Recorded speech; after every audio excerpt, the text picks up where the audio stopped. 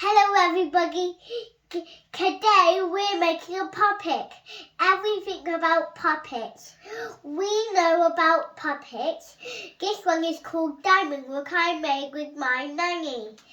And I put these, what you can put for it.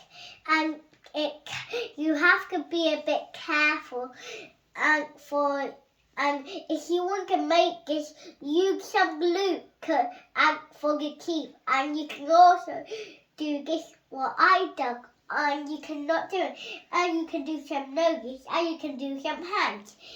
And I didn't do some hands, because I didn't want to. And you need to do some eyes, and you could do some hair if you got some, and you could do some bones.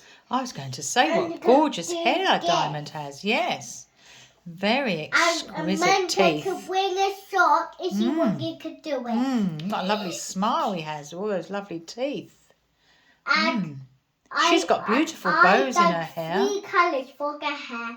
Hello, because we did it. I hope you enjoyed it.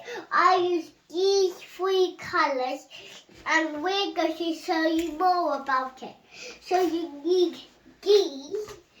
You can use these. Oh, I see, yes. And you also have to use some colours over here.